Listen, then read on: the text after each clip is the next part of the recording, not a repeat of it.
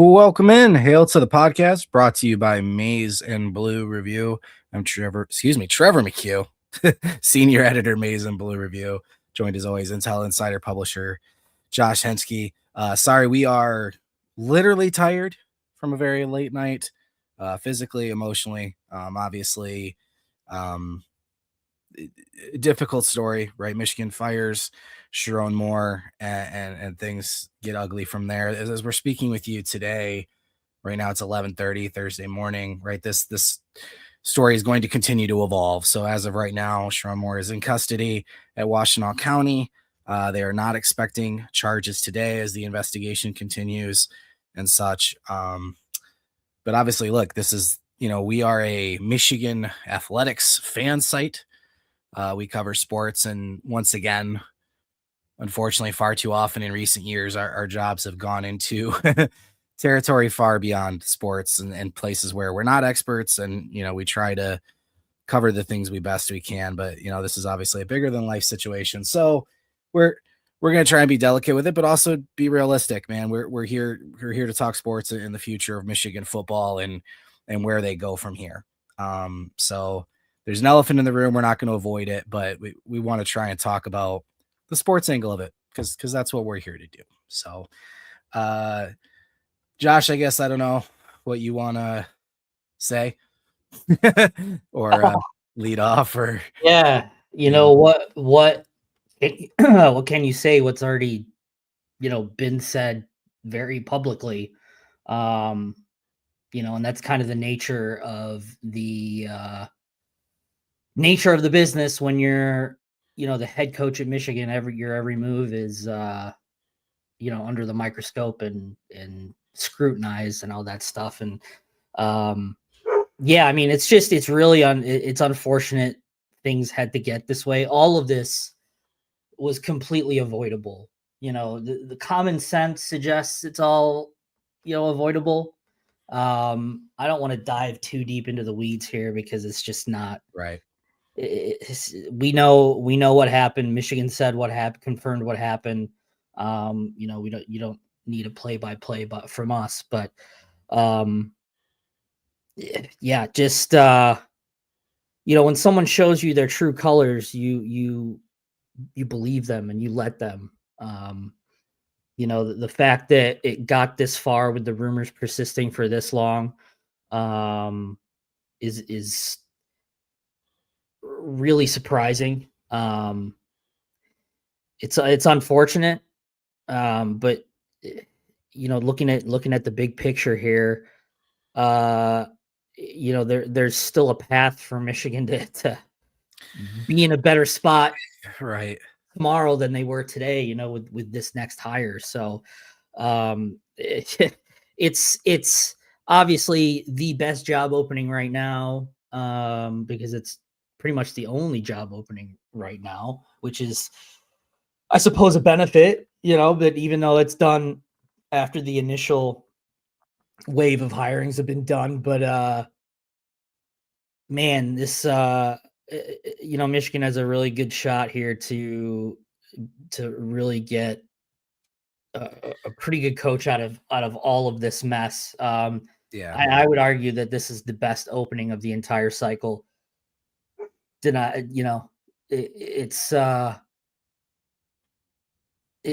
I think by far and away this is the best. This is the best opening of the cycle for sure.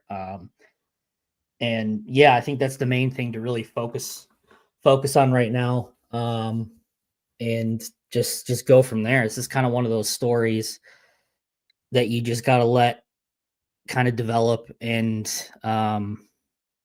just kind of breathe on its own, because it's really it's tough. It's tough.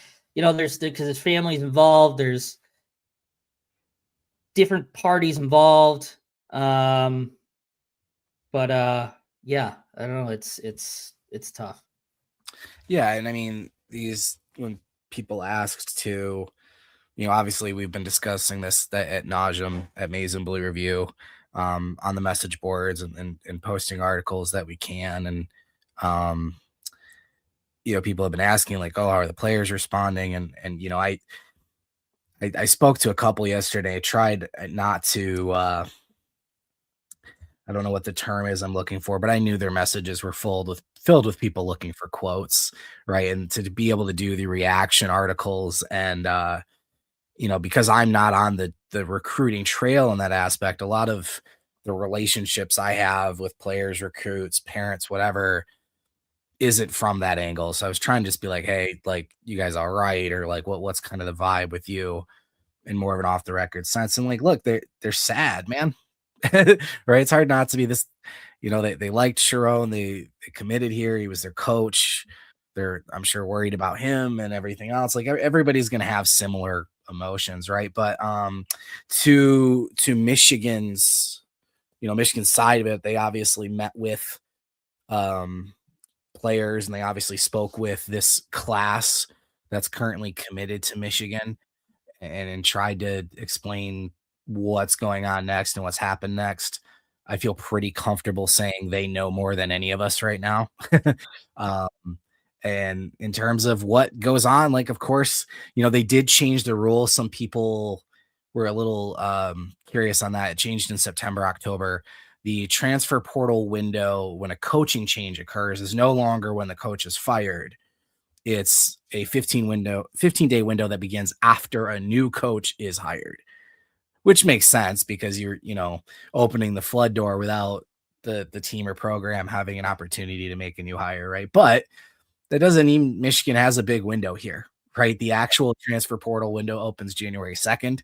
Um, People can start that process now if they want to. Like the literal window opens on January 2nd. I'm not naive enough to think that like coaches around the country are waiting until January 2nd to extend the olive branch or check with Michigan folks, whether it's recruiters, blah, blah, blah, whatever, or recruits or current players, whatever. But I think the general sentiment amongst the vast majority of players, recruits is going to be, they're obviously going to give it a chance for this to play out. They committed to Michigan, this school, this campus, facilities, programs, etc. And to your point, in a weird way, Michigan does have an opportunity to come out of this on the other side better, right? It feels like bad timing because it's late and after the coaching carousel already happened. But as we saw this year, the coaching carousel itself was poorly timed because it's occurring Yeah. before playoffs, before bowl games, etc. Michigan, in a weird way, with it being late, aside from the fact that the carousel is already played out, and I'm just saying the name for the sake of, i.e., for instance, Matt Campbell is at Penn State. If that was somebody you were potentially interested in, right, already has a job. The name Kalen DeBoer has obviously come up a ton.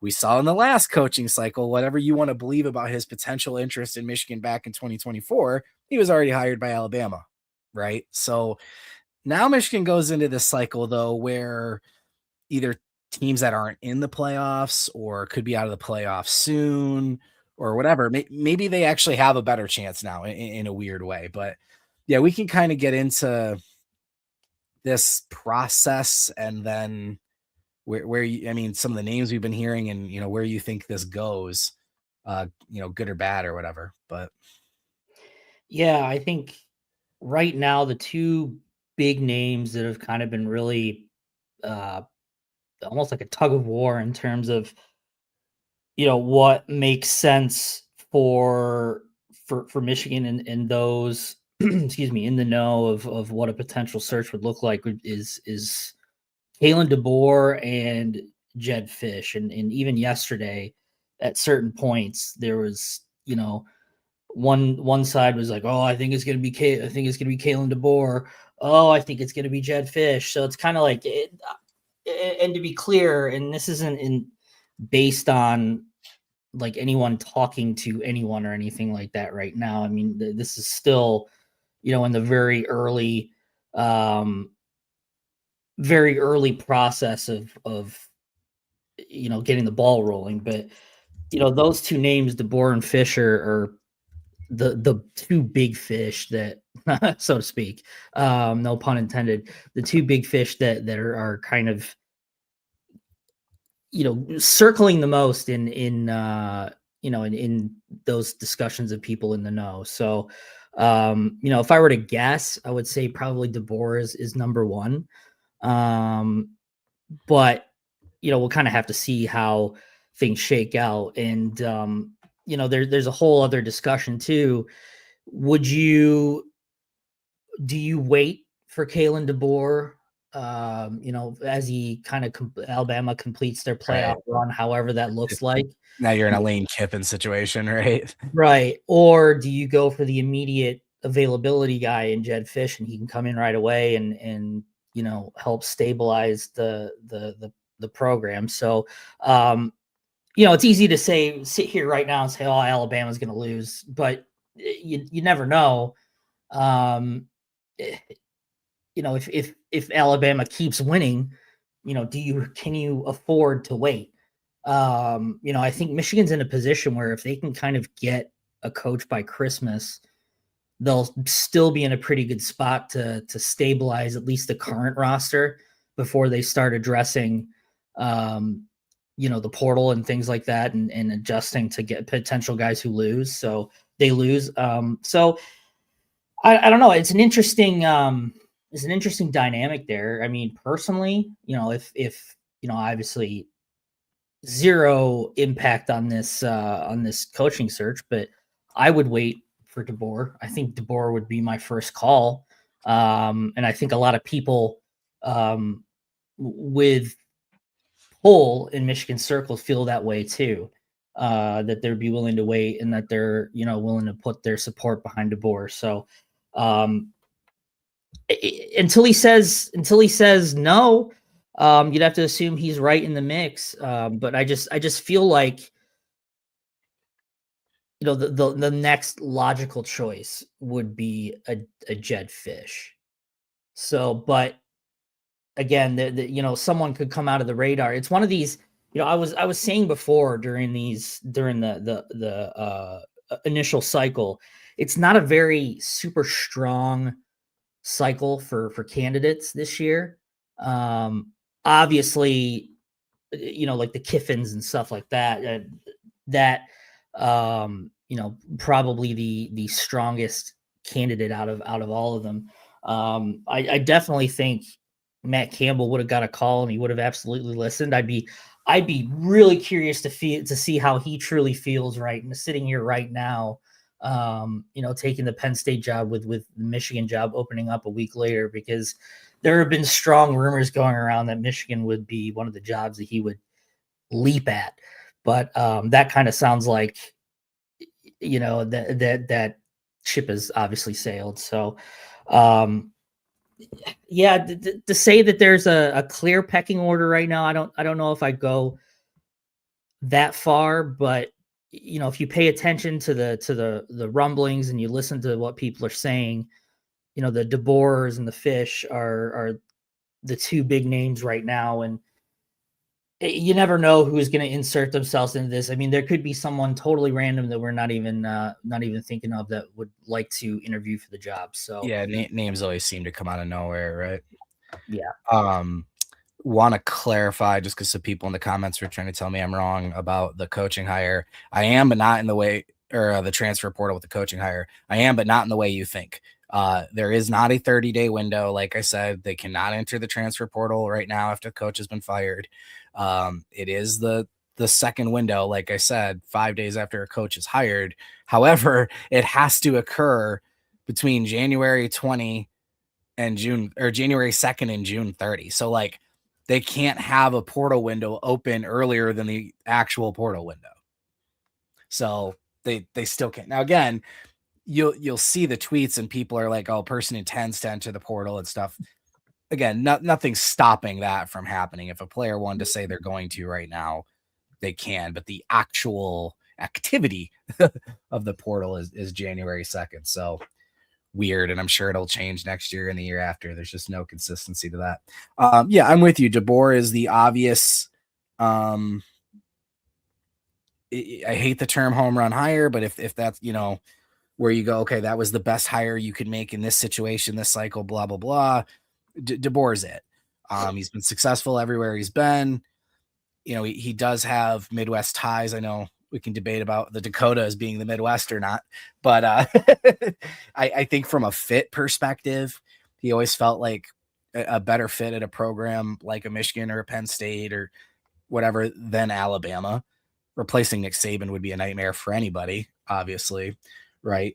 But DeBoer brings an interesting element too, where I think he has experience moving into these bigger programs after changes, right? And his staff in Alabama, I think, is a good blueprint for like if he did come here potentially, how he would build the staff. And it's a combination of he's got people that have been with him since 2007 Sioux Falls forever, right? And then he also did a good job of keeping people at Alabama that were important to what Alabama had accomplished under Nick Saban, or keeping the current, whether it was players or whatever. He kept some people, and he also brought in people that made sense, right? So if you look at coming to Michigan and you're going to bring, let's say your OC Ryan Grubb comes with you. Again, we're just saying pure speculation at this point. Nick Sheridan, obviously the former Michigan Wolverine, would probably be intrigued. He's followed DeBoer to multiple stops. He's from Michigan, whatever. But I look at running back coach, for instance, where Robert Gillespie was the running back coach for Nick Saban and was a huge stay at Alabama when DeBoer came on.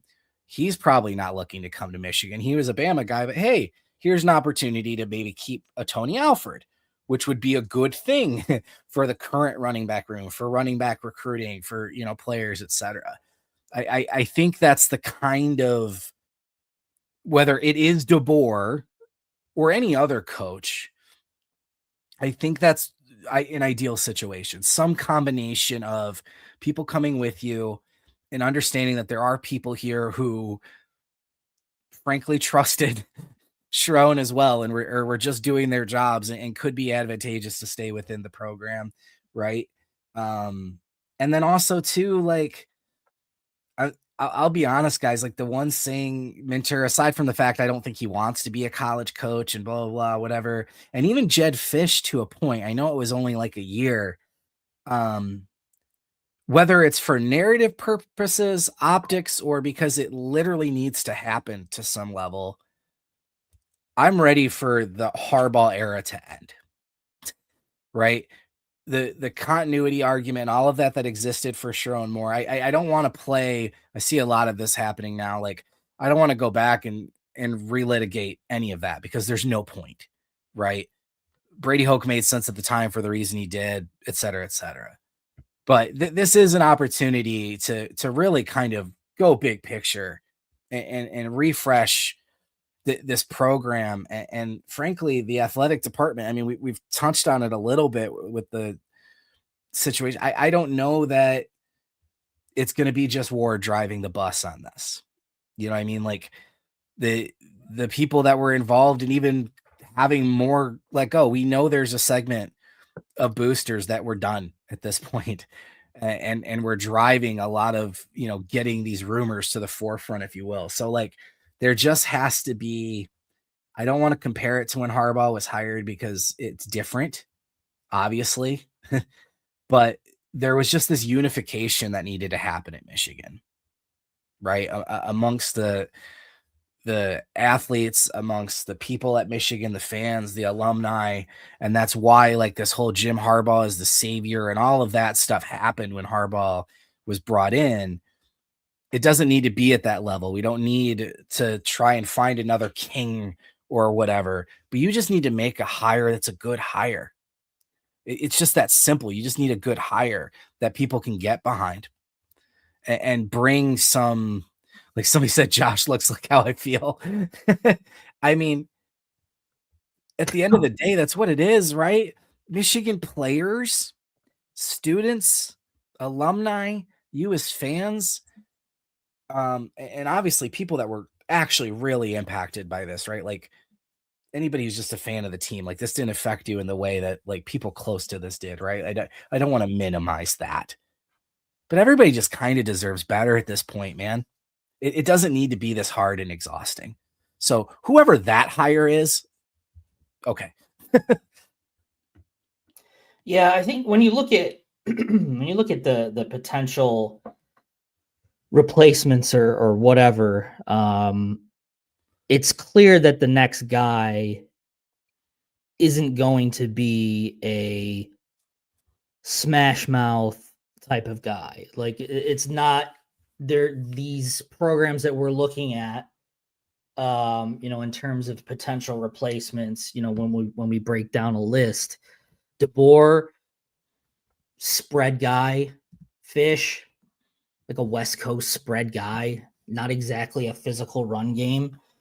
And I think, there's a way to marry the two, you know, trains of thought here of revolutionizing the passing game and still keeping a strong run game, but maintaining, having a balanced offense. I think with the portal now these days, it's not like how Rich Rod came over when he had to completely overhaul an offense Right. and well, essentially and defense too. Um, to a different scheme through recruiting. You can do that obviously, but now with the portal, you can revolutionize an offense and a scheme in one cycle instead of having to implement it over multiple recruiting classes to finally get it to where you can actually, have guys that know what they're doing and know the scheme. So I'm not necessarily concerned with what the offense would look like, into the future because the portal can fix a lot of your issues. I mean, I can run down the list of programs that have benefited big time from the portal, and we're seeing it now with Michigan's own basketball program of bringing guys in that revolutionize your system in less than a year. So it can be done on the football side too. So that's kind of one thing I'm not necessarily worried about. So, um, yeah, I think no matter where they go, you're going to see some kind of separation from the from the normal from what you've seen the last couple of years. I mean, on the defensive side, yeah, I don't know. I mean, you're probably not going to dip into the Ravens coaching tree for much longer. This is probably the last of it. But offensively, um, I'm sure a lot of people would welcome a change. I mean, yeah, smash mouth football is great when it works, but when you need to get passing yards and you're unable to do it, that's an issue. And that's something that needs to change. So I think at the very least, you're hoping that the pendulum doesn't swing to the all the way to the opposite side where they're really good passing, but they can't run the ball. Well, no, But that'd just be a bad coaching move. right. Like we've talked about before, Luke Fickell going to Wisconsin and deciding to hire an air raid OC, right? Yeah. Like you have to have some understanding of what Michigan does on its own, like regardless of who the head coach is, right? And whether it's the regional recruiting base or what the school is known for or whatever, you as a head coach have to be able to adapt to the roster you have, the players you have, and B, like, where can I, from a recruiting resource standpoint, get a certain type of player easily, right? And like even like a guy like Kalen DeBoer, like I know people will be like, oh man, we're not going to run the ball as whoever going to stay for that. In 23, when Washington's in the national championship and Michael Penix is a Heisman candidate throwing for 5,000 yards, Dylan Johnson still ran for 1,200 yards and 16 touchdowns, Yeah.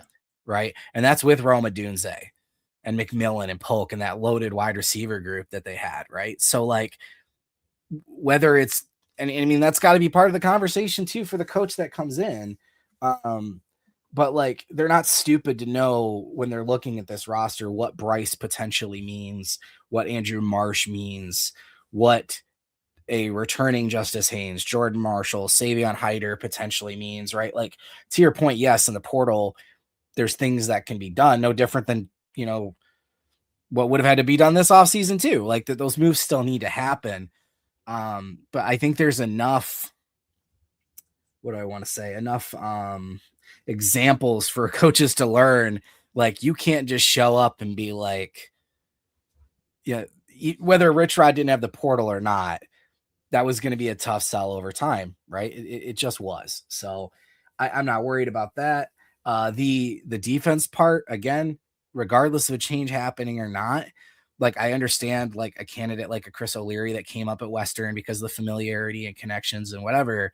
But I think like any scheme fad that happens in football, it gets picked apart and weakened, right? You've got, excuse me, not just Mike McDonald as head coach with the Seahawks and Jesse Minter, DC with the Chargers and Jim Harbaugh, obviously, but the Dolphins, the Titans. I know I'm going to forget some, so I shouldn't even start naming them all, but multiple teams have made hires. The Ravens themselves, obviously, trying to pick from this scheme. And yes, thank you, Lynn at USC.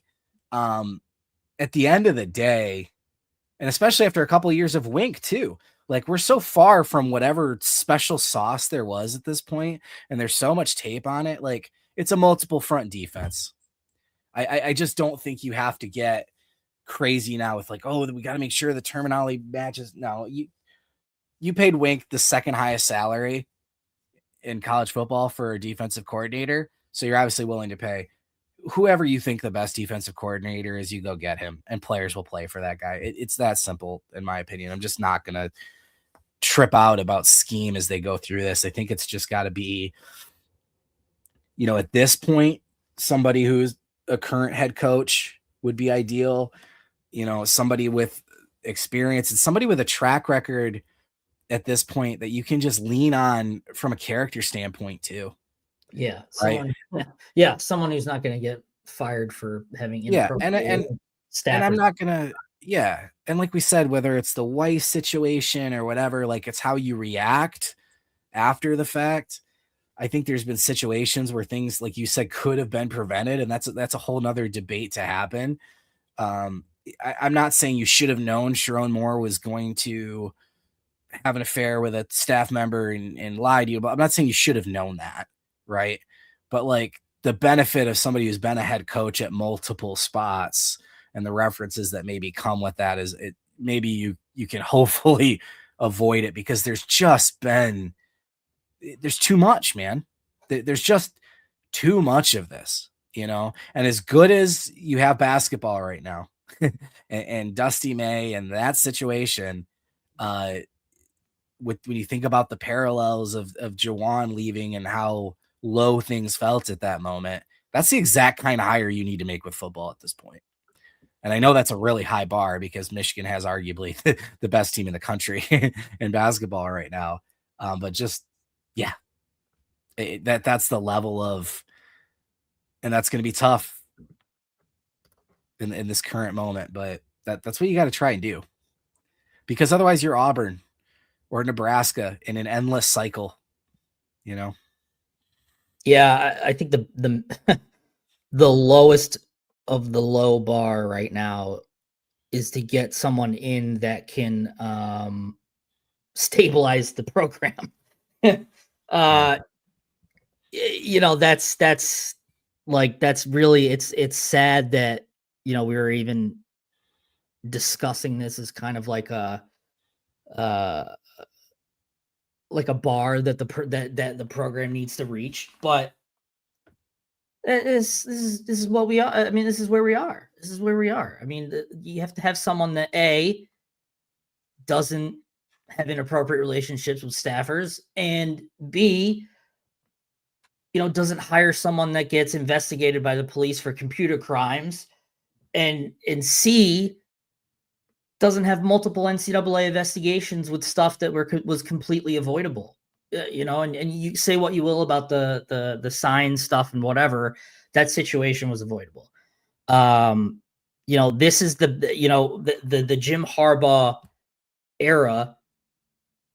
Granted, the 23 national championship was great, but you need to remove yourself from that right now. You need to let that fester and just die off like it has been doing the last couple of years. It's been festering. And you need to separate yourself from that.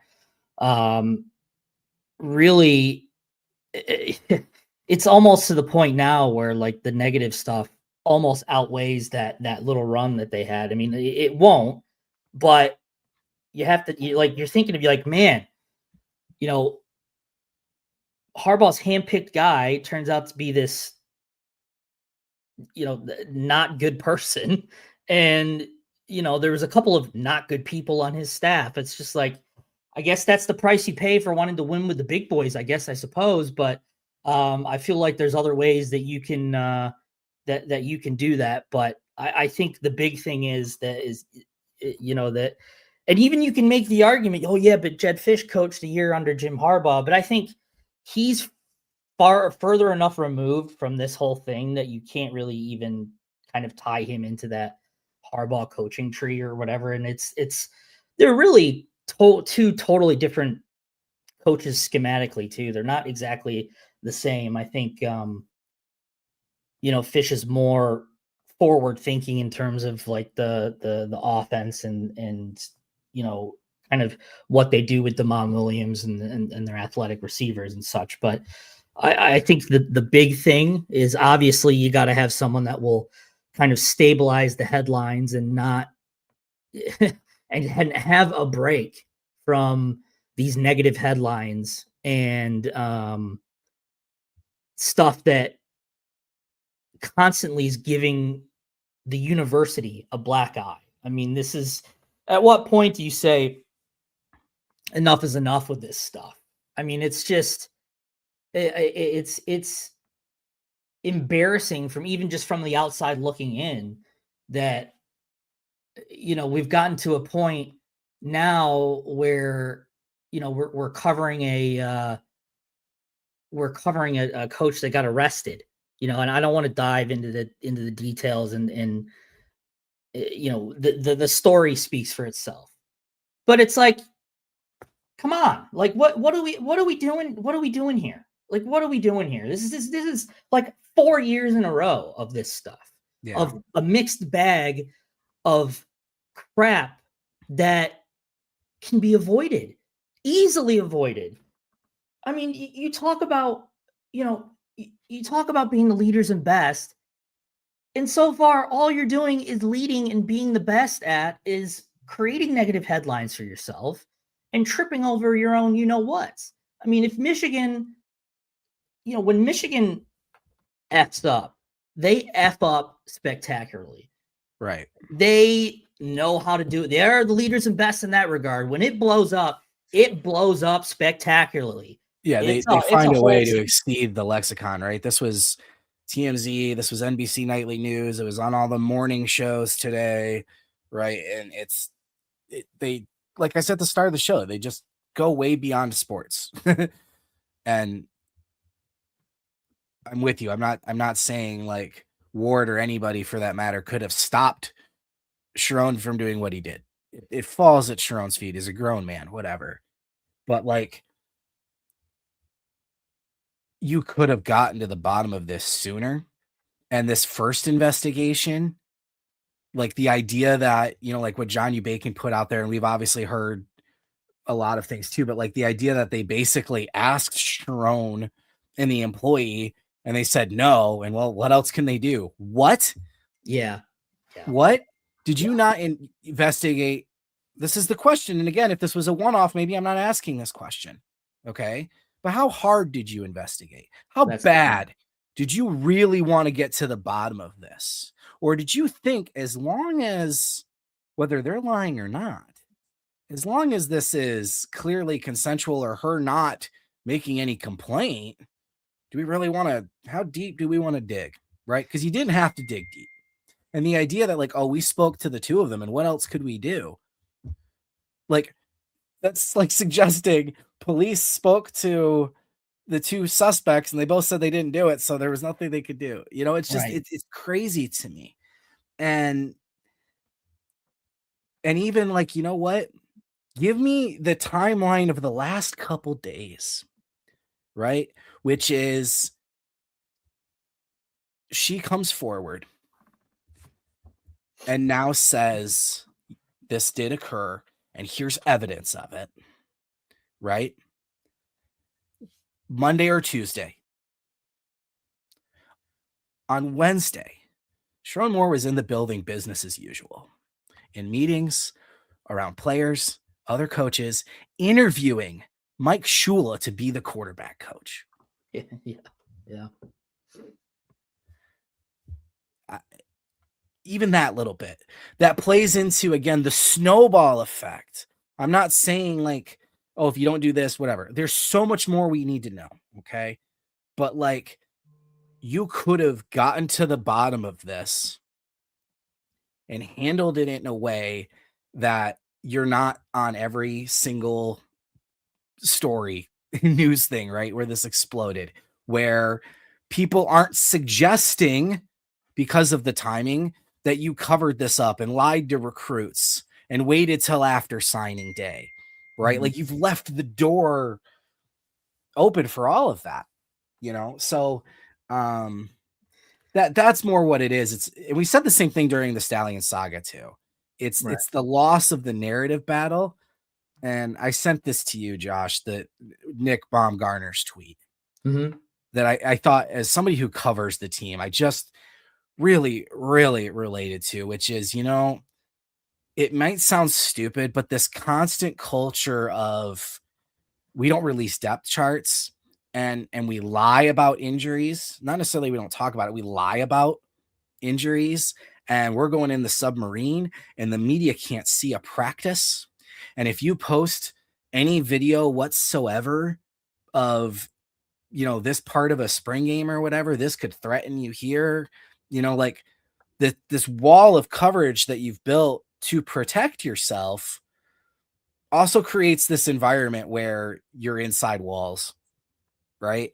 And I think all of that has to be examined moving forward. And that just comes back to, again, my point with this coaching hire.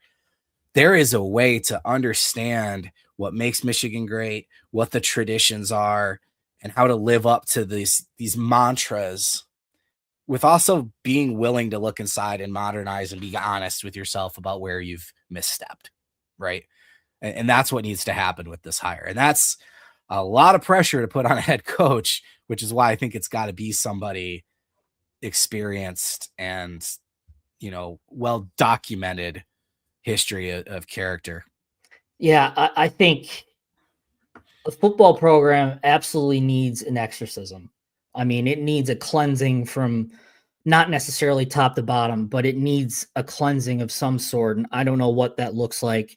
And I'm not even going to name innocent names because that's completely unfair. But if you truly want to move forward, yeah, it probably means you have to kind of separate yourself from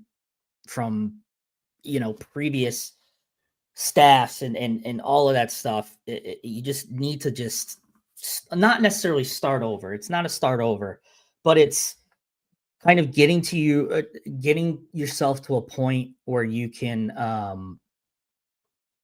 kind of get a fresh look on things, a different perspective. Yeah.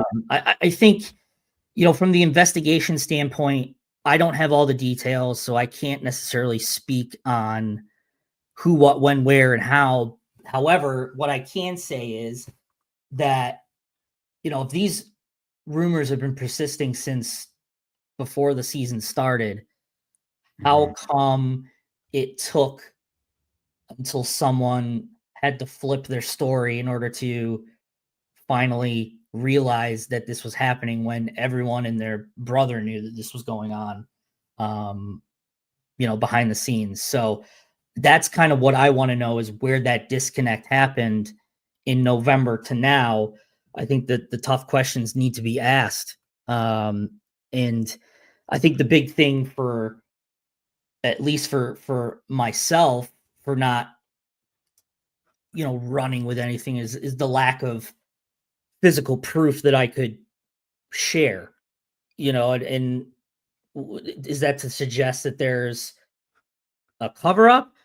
I don't know, but I mean, Sherrone certainly covered his own behind, Yeah. made sure that despite all the rumors swirling around, there wasn't, there wasn't any proof of to be fired until someone said, "Oh yeah, this actually happened." I just I don't know. I don't necessarily buy it, but again, I don't have all the facts to really make a determination. There's so many different lines there though that are mixing because again, the line of firing with cause, Right. right? And having cause doesn't mean I have to fire, right? Or the difference between, we've talked about the rumors being out there, and look, you and I were texting, right? Like there is a level of suspicion to this picking right up again around Ohio State, right? It's easy to feel like, well,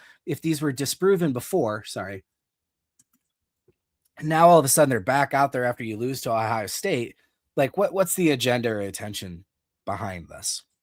Fair, right? And I told you too, like, because I knew one of the people who it was going out to really push this was somebody that I know isn't a big fan of Moore and is a very anti-Ward person, right? So it's easy to be like, huh, but like I don't have the investigative power or authority that Michigan does with its own employees, Right.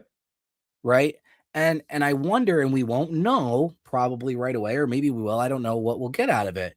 But like even with the NCAA investigation, one of my pushbacks constantly was you can say, well, we don't know because you didn't ask the question, right? But you not asking the question is a problem too. How far did you get to try and disprove this, Well, right? that and you've got Sherrone actively telling people that he was exonerated by Sure. Michigan and that it was completely false, Right. which is not true. It's I mean, now we know for sure it's not true. Um, Steve always does this. I ramble for 2 minutes and he tells me 2 words that could have summed up what I was trying to say. Yes. For little bit of this is why I didn't try to say it. yeah, Willfully ignorant. There we go. yeah. Yeah, and I see some comments, if Michigan was 11-1, is he still the coach? I don't even wanna speculate I know I don't because either. It's so even gross. the whole situation, it is gross. It's a gross situation. Um, Because let's be the honest, that's happened at other programs, right? right. The ethics of this situation in particular that Sherrone got fired for. I mean, it's more widespread than just a staffer, but you're talking about a staffer.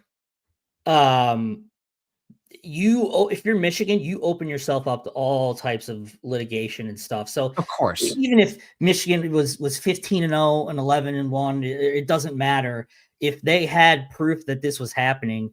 Um, Yeah, I because I mean, mean, at we this point, even you had some can't people on assume our that they board do the saying you right. should have been fired for this. I'm like, you're crazy, dude. I mean, at this point, you can't assume that they do the right thing, but you'd hope they do the right thing. Right. So it's hard because you've got a guy going around telling people that he was investigated by Michigan and exonerated, and to an extent he wasn't completely exonerated. He was just This was put on the back burner for the time being.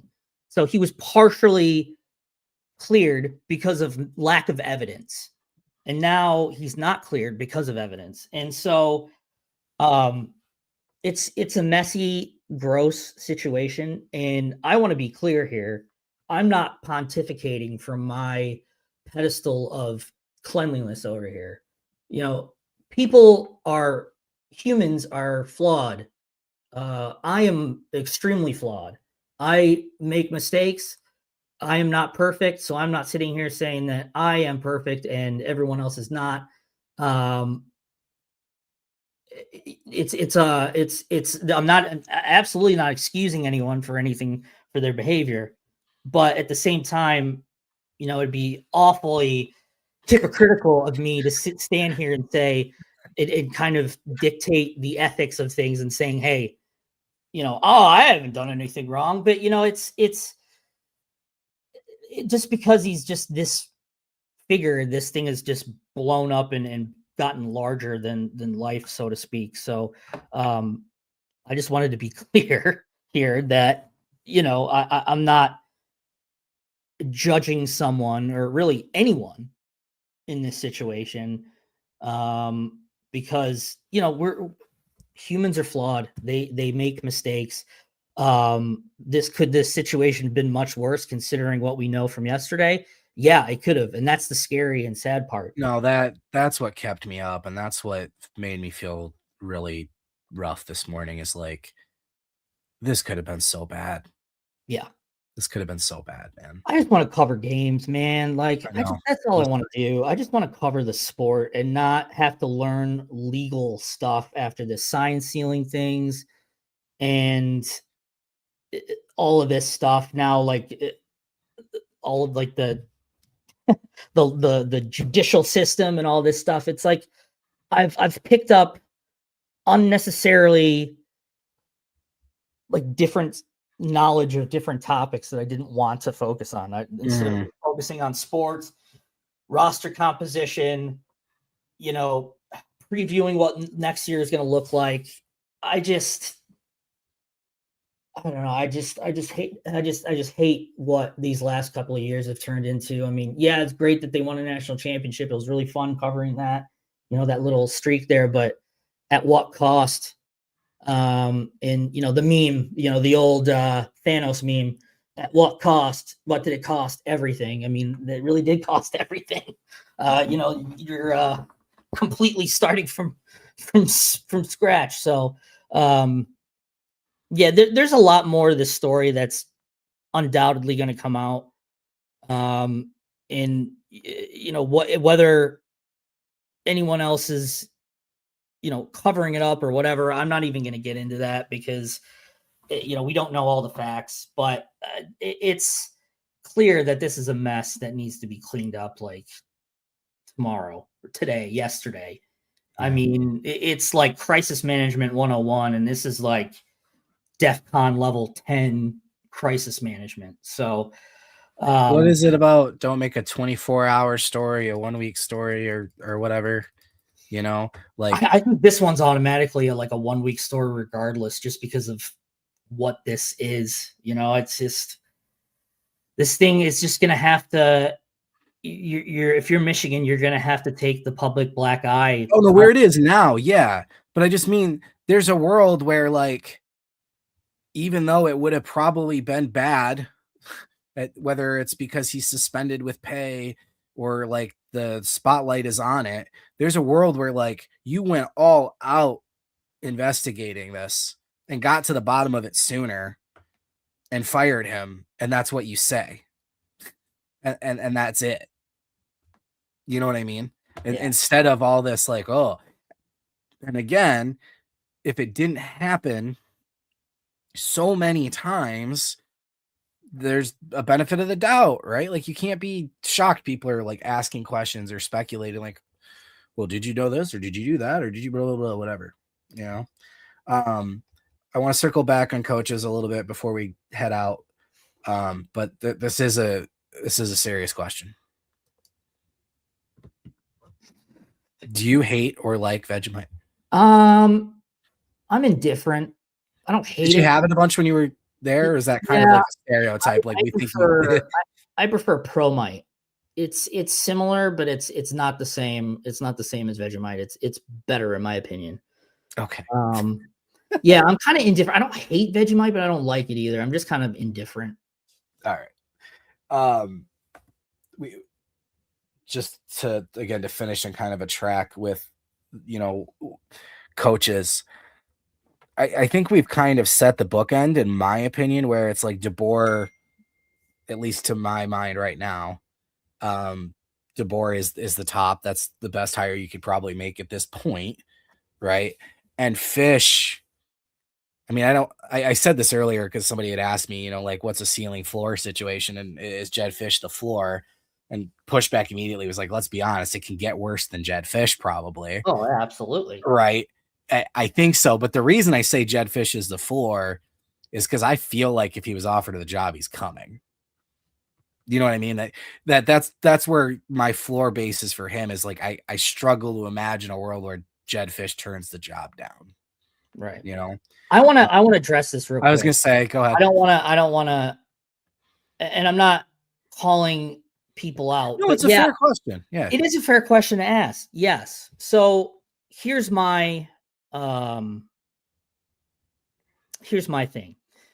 You know, if Michigan couldn't even get information from someone, I can't base a story on rumors alone. I can't. I mean, yeah, if I would have been like, "Oh, this is happening," and not provide any evidence of it happening, I would have looked pretty good right now. Like I would have been like, "Oh, I would have been, taking my victory laps and stuff, saying, "Oh, I was right, I was right." But you don't. These are the kind of stories that you don't want to um you don't want to throw something at the wall and hope it sticks. You got to be correct. You got to have evidence to share. And from my point of view, I didn't start getting evidence until really Monday, and that evidence wasn't enough to share. It wasn't enough to um feel comfortable putting out a story saying, "Hey, this is what happened, and this is the supporting evidence." You know, Yeah, and at the same time, yes, I know from what's coming out, it's well known, but you can't base a story on rumors. I don't. I'm not TMZ. I'm not going to do a gossip. I'm not gossiping. I need facts. I need screenshots. I need photos. I need something that I can produce to say, "Hey, this is happening." Not just, "Hey, we're being told by the same three people that this is happening." If that was wrong, if I were to say that and I was wrong, A, that's the end of my career. Yeah, we B, we don't have the freedom these social media accounts do, where they can be wrong 90% of the time. And when they are right, and they can take these victory laps and say, "Yeah, I told you," and blah blah blah. We I don't want to be involved with taking that shot and missing, or what was happening before and is now happening at another disgusting level, which is the doxing of this girl yeah, and the harassment she's getting now, right? Like, I'm not going to be behind that starting, right? And we don't have, like I started at the beginning, Josh, we don't have the investigative power to get these people on the record, whether it's right. Sherrone, the other people in the building, her, Oh, whatever. Michigan Michigan, did. I mean, whether you believe it or not, I mean, Michigan struggled to get him on the record with the truth. And again, whether you believe that they actually tried hard or not, they couldn't even get the rumors confirmed until someone had to flip and say and confirm it. Last week when these rumors have been going around for a while. So yeah, I mean, could I have said, "Hey, this is what we've been hearing. This is going on." Yes, Well, we but did to a point, and people aren't going to know that unless they're on our message boards, right? When these rumors come right, up, we're pretty consistent on stuff where, like, the speculation can get out of control, and until we feel comfortable with what we can confirm or not, we like to squash that stuff because the stuff gets out of control quick, man. yeah. So Well, I think our position was like do we throw can't shade. confirm or deny anything right now, but we'll just have to. This is kind of one of those situations where we're going to have to kind of let it play out publicly to see what happens, and it played out publicly and spectacularly. And I don't use that word in a positive way. Um, So, yeah, it's a fair question to ask, and I'm just giving my point of view. I'm not going to speak for anyone else who had knowledge. I had no physical proof, and if you want me to be 100% transparent and honest, I didn't want to risk getting it wrong, because if I did get it wrong, I am opening myself up to all kinds of lawsuits that I have zero power to defend against. So, in this situation, like, hindsight is 2020 always. And yes, there was enough rumors going around that it wouldn't have been um it wouldn't have been. Yeah, it's just it's not this is the kind of situations, like, this is different than saying, "Hey, we heard someone pulled his hamstring in practice this week," and then having it be, it was a mild strain and he ends up playing. That's a totally different area to be in. So Yeah, I mean, does Michigan make the job harder? Yeah. I mean, but at the same time, Sherrone bamboozled a lot of people. I Yeah. mean, he was act. I mean, we weren't going to come out and say, "Oh, this was objectively false," or anything like that. I think we just kind of wanted to let it play out. And um, if you were listening to what people close to Sharon were saying, you would have believed, okay, this is story's just completely bunk. It's false. He's been exonerated. So it's I mean the bamboozling of what Sharon has done is extended way beyond the Michigan brass. It's extended to the players, to the recruits, to the players' parents, to the recruits' parents, to the staff's family, excuse me, to the media who have tried to investigate this and even asked him directly, or even talking to Ward Manuel about it directly, and him saying that there's lack of evidence. Um, a lot of people were bamboozled with this thing, and yeah, I mean, it's easy to throw something against the wall and hope it sticks when it comes to, I don't know, predicting who Michigan's next coach is. If I sit here and say Kalen DeBoer is going to be the next head coach at Michigan, and I'm wrong, nothing's going to happen. But when I come to when it's this situation, when it involves some serious stuff,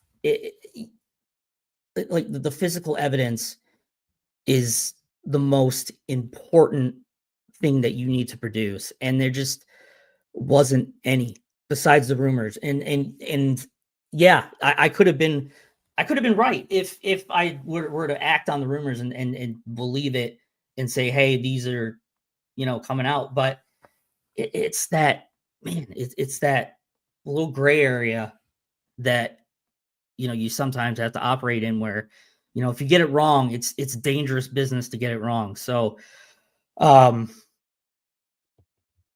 we're I mean, yeah, we're not equipped for this. Like, we don't have subpoena power. We're not Wait, what? equipped to investigate any of this stuff. Well, I mean, I'm going to push back on you a little bit, but I know you're not saying that's not what you mean. But anyway, to his point, I get you don't want to be on the team's bad side. That narrative's so crazy, dude. Like, we're we're not on a team's bad side for telling the truth. Like, that's not going to happen. They can't punish us for telling the truth. They Right. can't. We Right. we broke the Shemi Schembechler story, and when he got fired, Right. right? And that was a situation where it was a singular person's activities with evidence and people on the record telling us what was happening, so we can break that story. And we've broken tons of stories, right? And that's why, like, something, I don't want to come off like, trying to defend too much, but like, what happened to real journalism? What we did, I can't explain everything I did, right? But like, whether it's us exchanging the information we're getting from people, talking to AD sources, team sources, or the amount of research and things we do online, you don't see the journalism we do. You don't see it. Like, you see the end result with the story. But a lot of times, the amount of research and contacts that we make and everything we put together, and then the decision to still not run the story, that's still journalism, right? Like, there was a world where Twitter and Facebook and things like this didn't exist, and these rumors couldn't get a life of their own the way that they do. Right. And that's what we compete against now, right? And nobody remembers, again, 2 years we cover this sign stealing saga, and we said from the beginning, recruiting restrictions, show causes, largest fine possible, no playoff ban, no vacated wins. We said it for 2 years. Yeah. And no one's going to, and I'm not looking for credit or whatever, but that was there. But it was a 2-year story, and the void got filled with all this nonsense and blah, blah, blah. But like, there's stuff that we've been right about that no one's going to give you credit. But to Josh's point, when you're wrong, oh my God, like Right. you're still your DC thing. I can't even think of the guy's name now, but like the one we had the guy that board Cullen, yeah, the Cullen thing. Yeah. yeah. You had really great sourcing on it, and who knows what happened. Cullen ends up not becoming DC, and it still gets brought up to this. The second I published Sam the Webb story, still deals with Najee Harris shit, man. yeah. Like, The second I published that story that he was coming, he called Sherrone and said, not because I posted, obviously, but he right. called Sherrone and pulled his name out of it. So I'm like, thanks, dude. Like Yeah. way to like totally. I got totally just I got screwed there. But whatever. That's neither here nor there. And I think. Yeah, And I'm not trying to call. I'm not trying to call BK out. I'm not saying like you're wrong or anything like that. That you're just the unfortunate person that we picked that you when you made your statement. Yeah, sorry, it's a fair question. Like I said, yeah, we're not trying to like knock you or anything like that. It is an absolutely fair question to ask. You know, we can only do so much with the limited resources that we have, and I stretched my resources to the limit in this story and still didn't get enough to the point where I felt comfortable even discussing it. And it's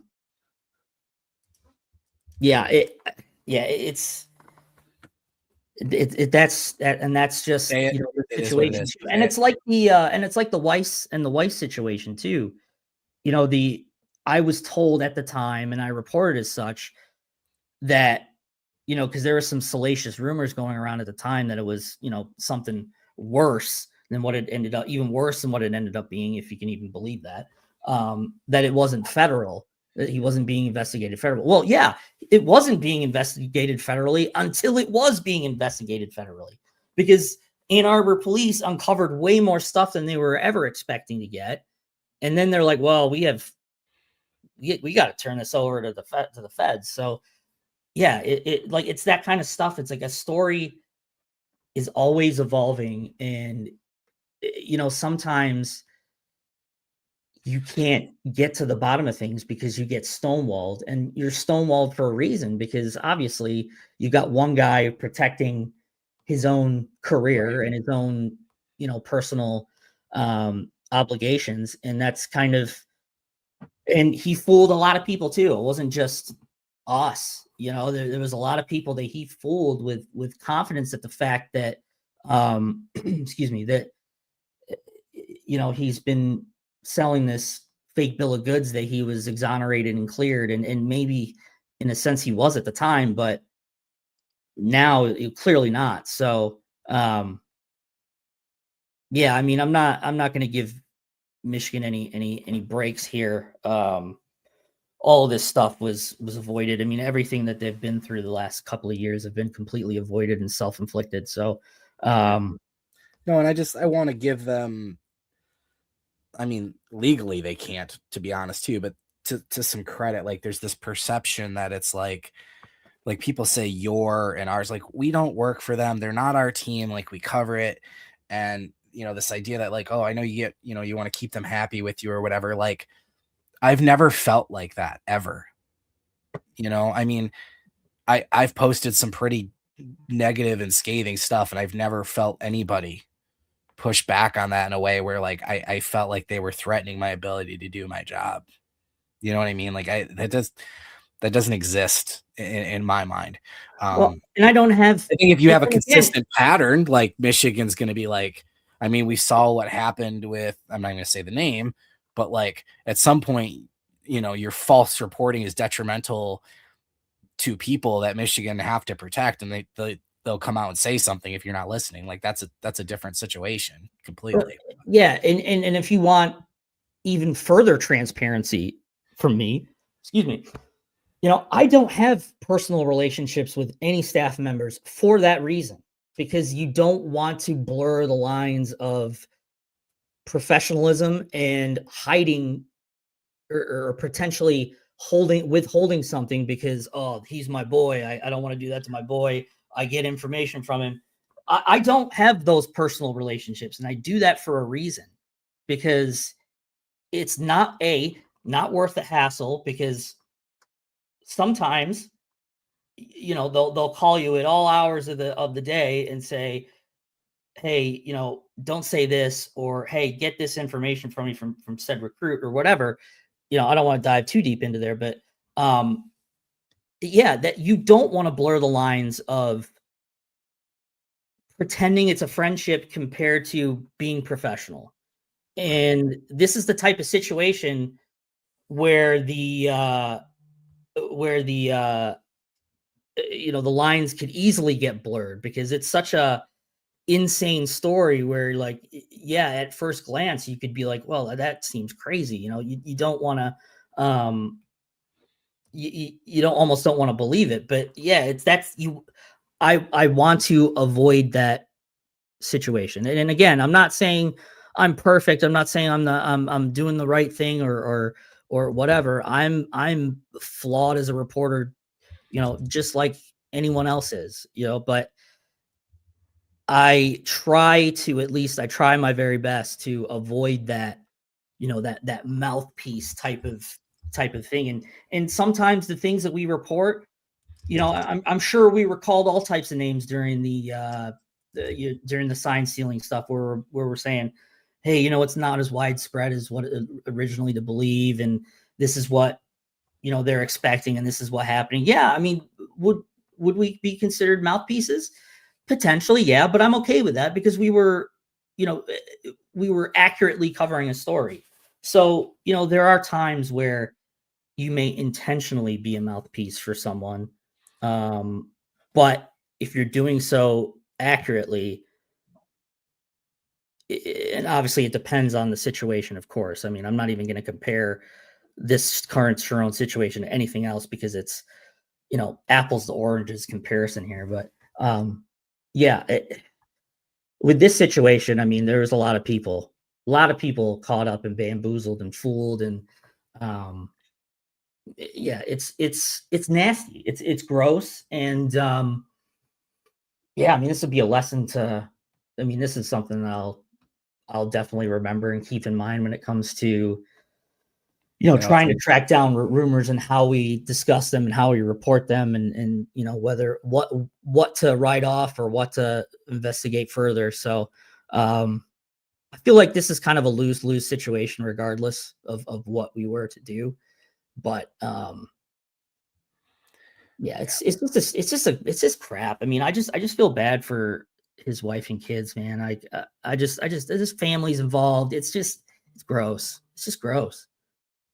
Yeah, that's why, like, I mean, maybe the more apt situation is like, a non-accident DUI, or, an individual action where nobody else is impacted. That's a lot easier for us to not only get the information on, but report on.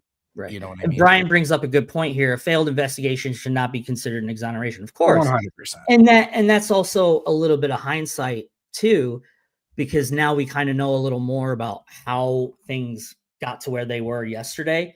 So yeah, I mean, if Sherrone is sitting there saying, oh, I was exonerated, and Michigan found no proof, and there's no pushback from the athletic department regarding what he's saying, then yeah, you kind of have to feel like, okay, well, maybe there is some level of Right. truth to this. But yeah, you're right.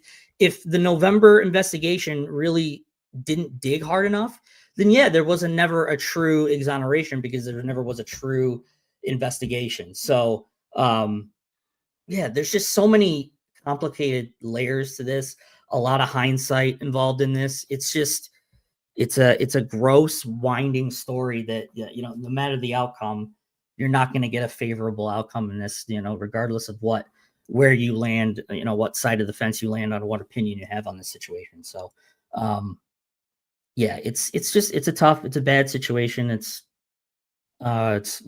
terrible. It's terrible. All right. I said 15 minutes ago I wanted to do coaches. Let's try and touch on them. We had to answer the question, so I'm fine with it. Mhm. But yeah, look, the DeBoer smoke is real for reasons, because people have been talking about his potential interest since the opening before. I think it's a logical connection to make, in terms of like the names we're hearing people talking about. And again, that could just be like, look, the booster segment that is going to drive, their wishes or their potential part of the hire obviously want DeBoer as a top target. Of course he would be. And there's reasons to think he'd be receptive of it. So until it's shot down, I think the smoke's going to be there. Fish, I think we already brought up. Like I said, that was kind of the connections there. The ones that get interesting for me, and we saw, through this cycle, it's interesting how many coaches, are at their alumni at their school, right? Whether it's Clark Lee at Vanderbilt, Jeff Brom at Louisville is a name I've seen in a couple places as well.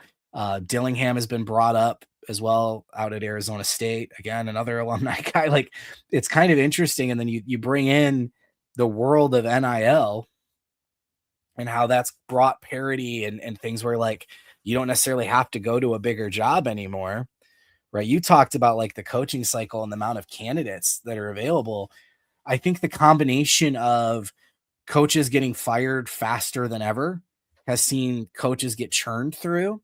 I think you've seen a lot of coaches leave college to go to the NFL ranks, whether to be as coordinators or assistants or whatever it might be. And that's affected, the amount of potential people as well. But yeah, it's kind of an interesting dynamic with that.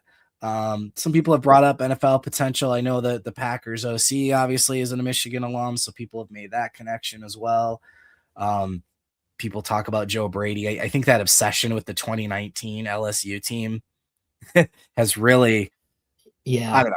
He could end up being a good head coach, but I just think, like, I don't know. I think that's an interesting angle some people have taken. I hate seeing Brian Kelly's name attached to this. There's no way. There's no way. Yeah, There's no way.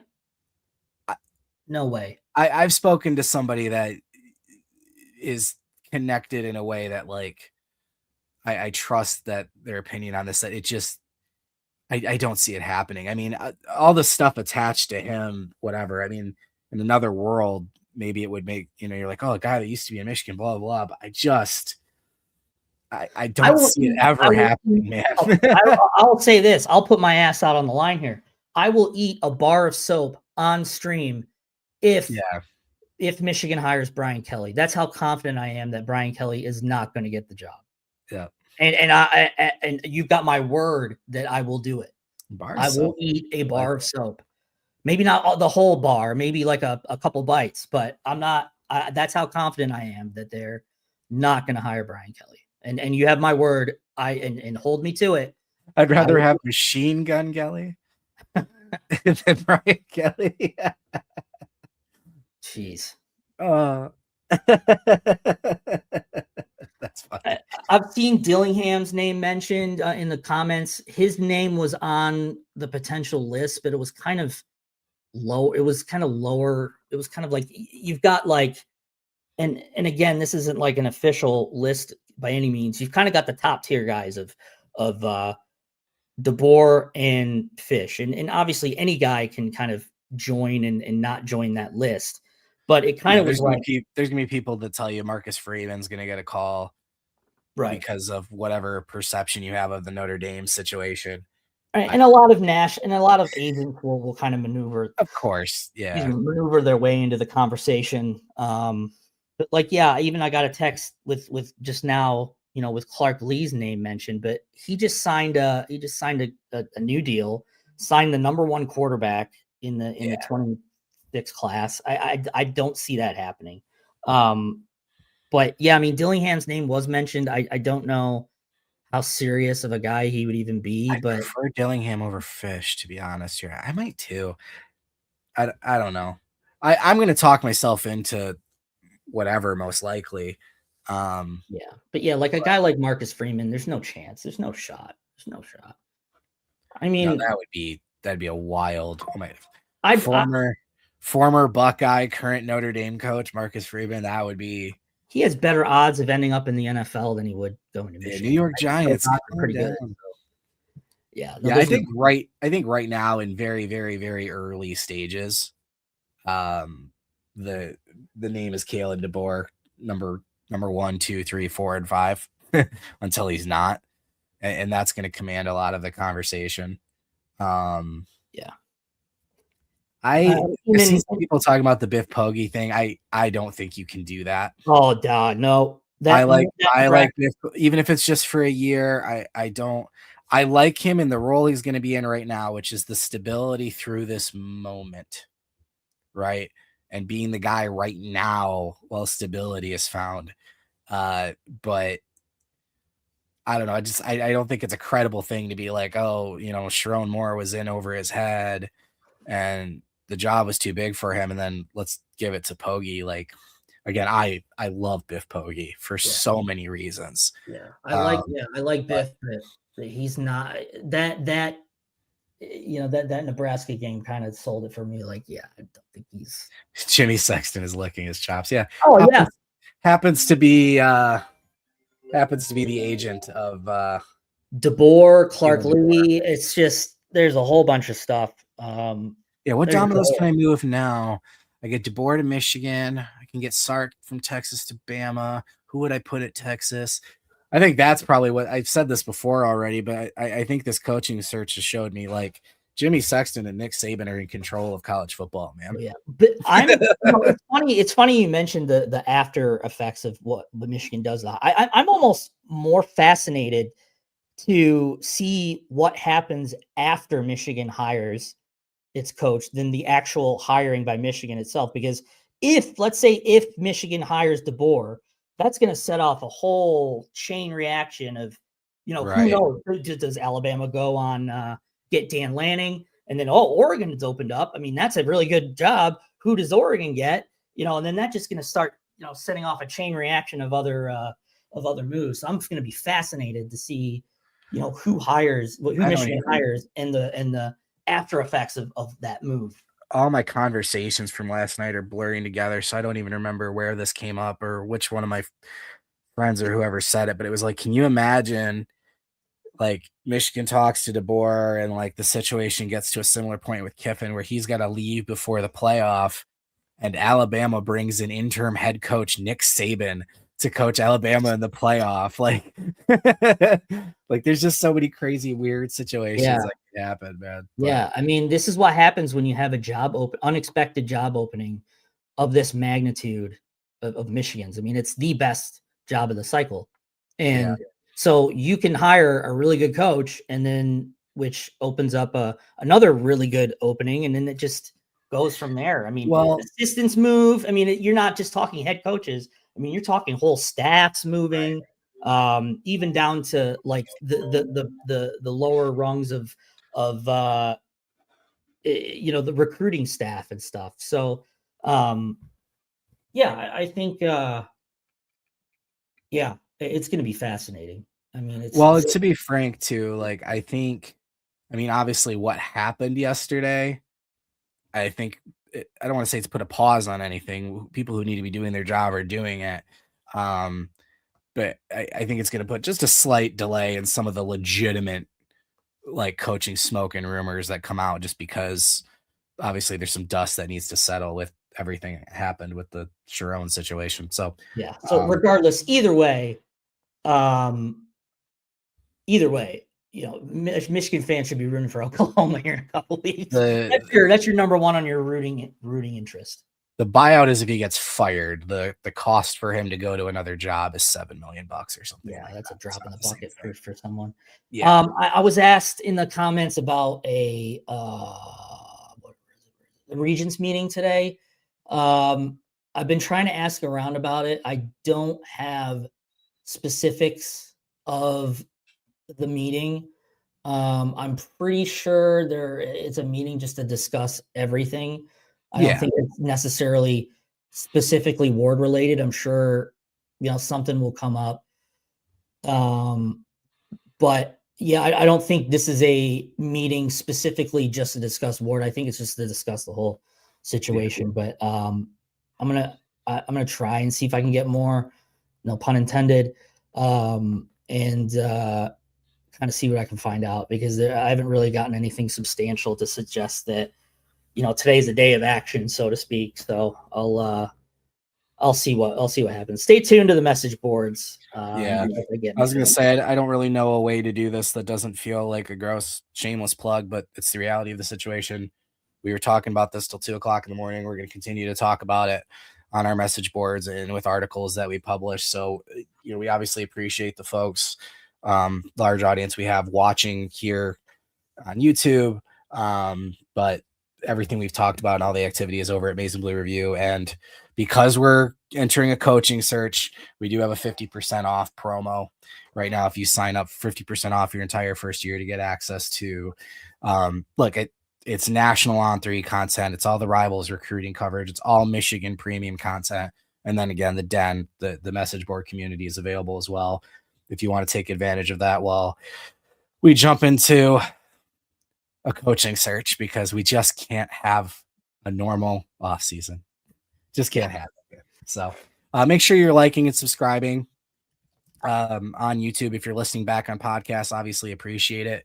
But we go live all of the time with different shows, kind of weird post game, but different film review and things. But obviously Dennis is going to be live consistently with Good Afternoon Michigan. And it's not always on schedule. Like today, we obviously went up at 11:30. So you want to make sure you're getting the notification bell so you know when we go live. And then, other than that, again, thanks for joining us as we try to walk through this situation that obviously just can never be normal, right? But we'll continue to cover it as more facts come out. And again, if you come into our community, we talk with you, we answer questions, we don't speak at you. And I hope as other instances like this will come out on the other side with people happy with how we've chosen to cover the situation. That's all I'll say. So for Josh, I'll say again, thank you guys very much. And we'll be over at Maize and Blue Review. And otherwise, we'll see you next time.